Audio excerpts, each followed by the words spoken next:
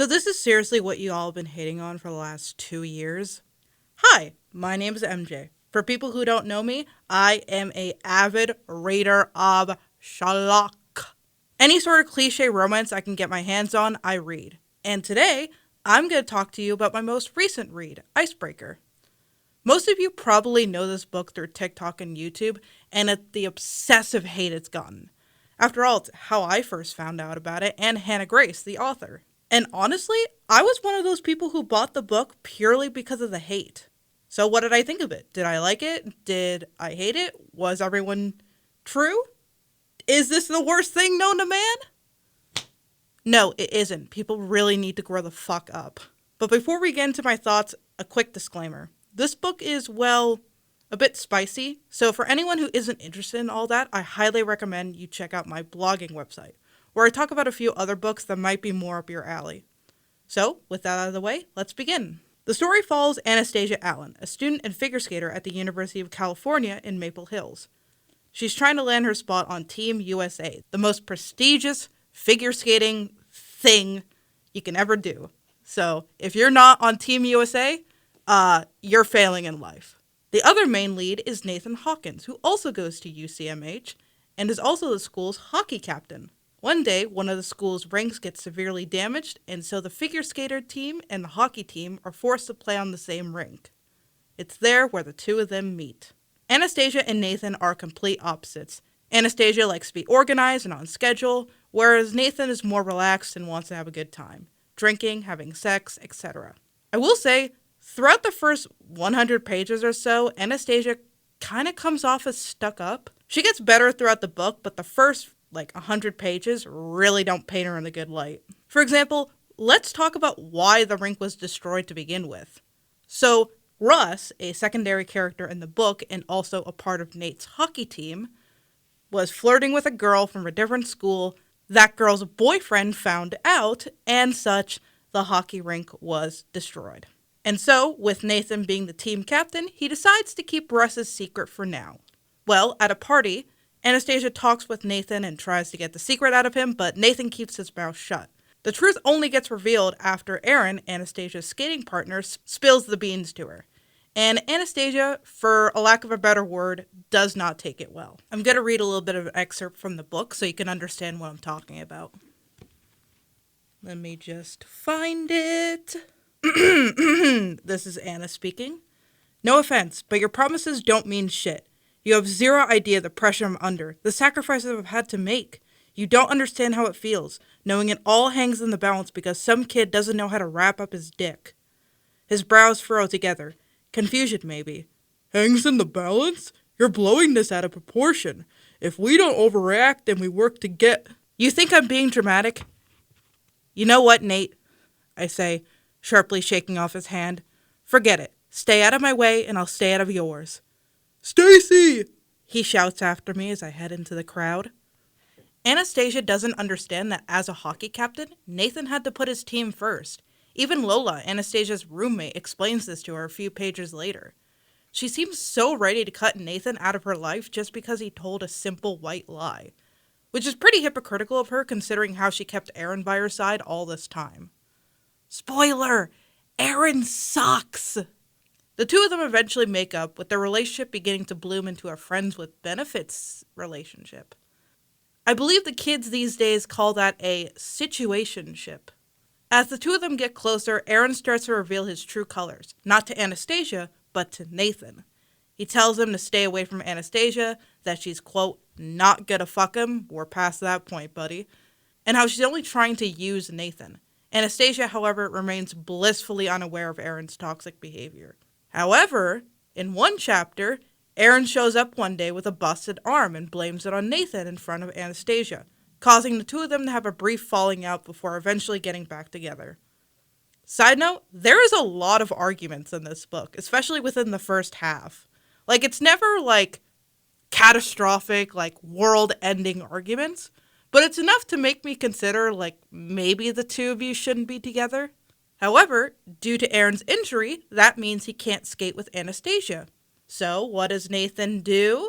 He offers to be Anastasia's partner until Aaron can skate again. It's not like he has much to do anyway, since Nathan earlier in the book decided to take the fall for another stunt Aaron did, which caused him to be benched from the team. Once Nathan and Anastasia start skating together is when the book starts to pick up speed. Nathan is quite literally the definition of a green flag. He's kind, patient, and understanding with Anastasia, even when she's in a mood.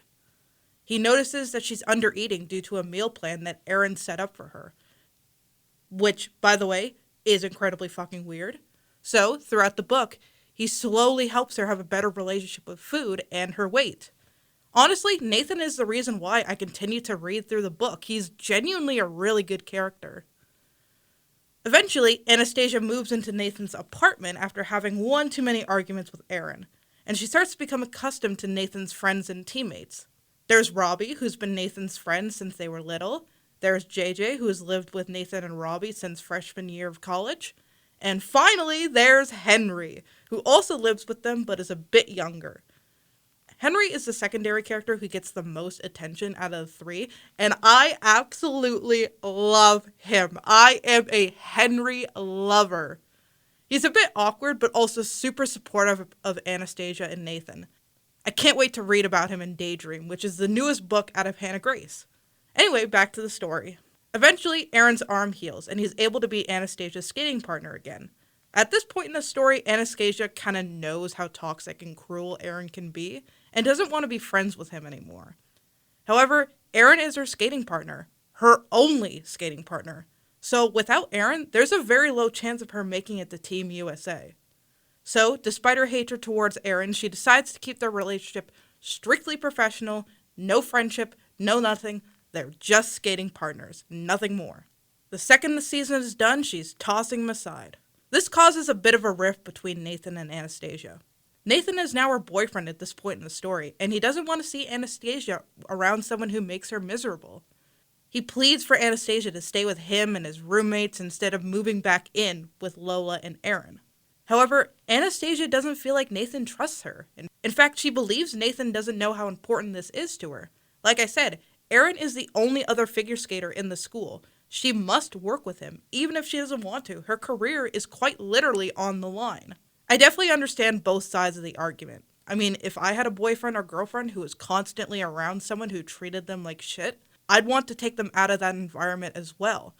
But at the same time, Nathan is a rich kid. He doesn't understand the importance of needing a career plan. It was all very complicated, and I personally struggled with figuring out who was in the right here. But eventually, the two of them end up making up and reconciling, and before you know it, it's the last figure skating show of the season. Nathan manages to sneak into the center and watch his girlfriend skate, and despite his worries, everything seems to be going pretty well. Until the very end of the routine, where Aaron grabs Anastasia's face and kisses her in front of everybody. The way my jaw dropped. You know how when you witness a twist in a movie or a TV show and your heart practically stops for a moment before you wrap your head around what just happened?